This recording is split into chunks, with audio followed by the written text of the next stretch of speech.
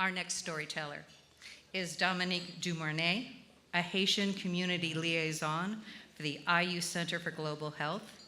She facilitates connections between the center, the Haitian Association of Indiana, and community partners to apply lessons learned from AMPATH in Kenya to improve health for communities right here in Indiana. Her story is titled Encounters in Kenya.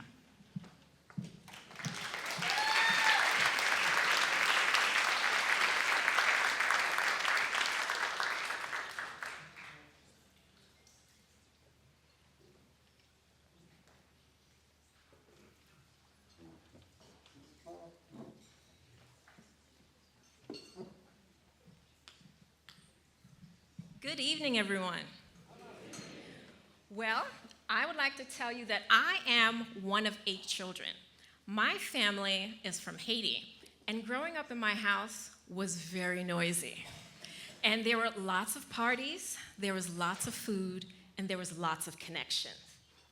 So growing up, whenever we had a party, we would meet different people.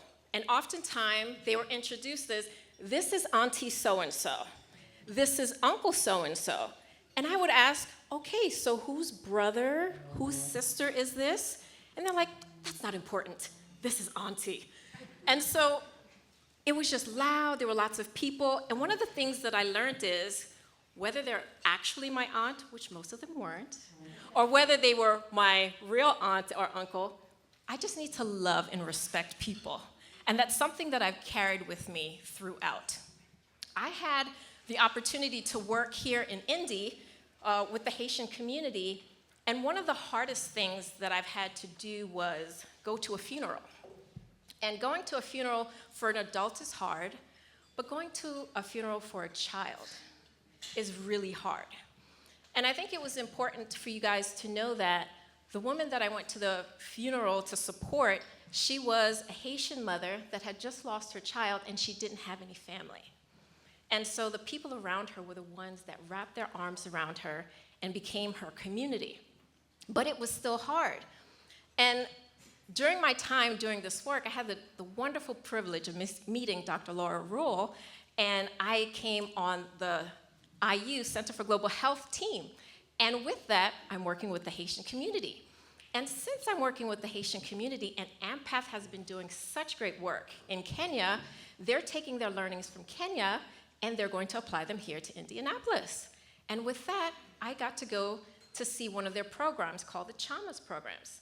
And the Chamas programs is basically groups for change. And these groups are more tailored to mothers who are expecting. It creates support for them. This becomes their community.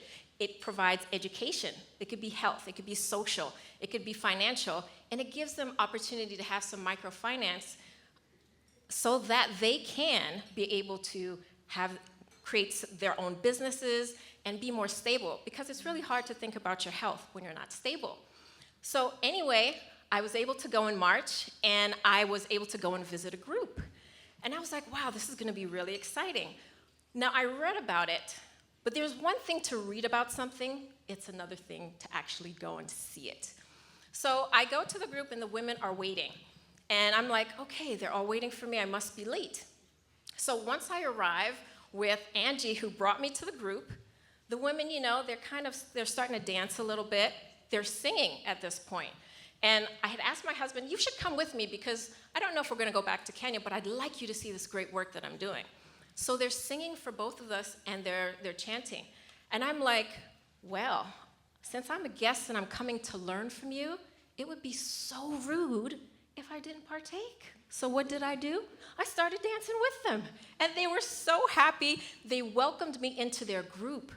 And I felt like community. It does a lot. They're welcoming me into their safe space. And it was so incredible to watch the community health promoters who were the ones who were teaching the women. I had a translator. I don't speak Swahili, but just to see how proud they were, to see their engagement.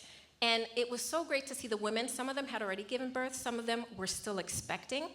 And it was nice to see how they expressed how this group has been a lifesaver for them.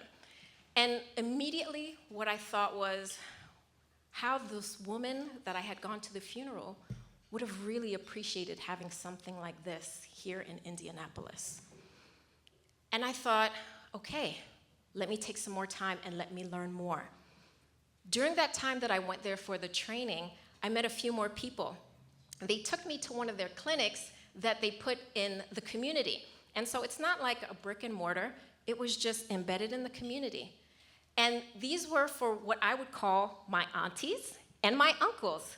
And you just see them. I looked at them and I thought, oh my gosh, this could be my auntie, this could be my uncle, my family. And they were waiting to be served. And they were waiting, one of them was talking to the nurse, and they clearly saw that I was a Mzungu, that I was not from there. And they had a translator stand up and express something to me. And they said, these clinics that we have, they are so important. You don't understand how sometimes I would try to go to the clinic. It would take me 2 hours to get there, but there's no medication, so I'm not going back. And so oftentimes, these people are the ones that have either high cholesterol, diabetes. They just need basic medications just to increase their quality of life. And they're like, please don't stop these clinics because I need it. And I thought to myself, my goodness, I'm so grateful for the work that I get to do because, again, what did I think? This would be something that would be so good in Indianapolis to really help with the women. Because as we sat in the meeting for the third experience that I had, we were talking about what are the similarities between the women in Kenya, between the women in Haiti. And I just thought, well, you know, the Kenyans are there, and so there is no problem with the social connection, the cultural connection. And as we were talking, we're like, you'd be surprised. Some of us have different challenges. And I thought, wow, the cultural understanding that the Haitian women here need, the language barriers that they have, and of course, the financial barriers that they have, the Chalmers program would be amazing for them to have. The other thing that struck me that I thought was so amazing is the passion that each person had that was doing their job. Whether it was the doctors, whether it was the program managers, whether it was the community health promoters, anybody that I spent time with. As we talked with the translator, the passion overflowed. But not just the passion, it was the connection in the team. They were connected. They worked well together, not just to do the program, but also as they were connecting with each of the women. And one of the things that I thought to myself was, how good would it be to be able to replicate something like this in Indianapolis? And Eldoret is where my university is.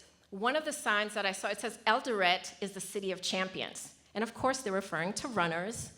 But when I was leaving, one of the things that I thought was, each person, whether it's data, whether it's seeing a patient, whether it's just writing a report, you're champions for the people in Kenya, and their lives would be so much different, their quality of life, the health, their social, and their financial well-being. And I wanted to say thank you so much to AMPATH for all that you're doing and what you'll be doing here in Indianapolis. Thank you.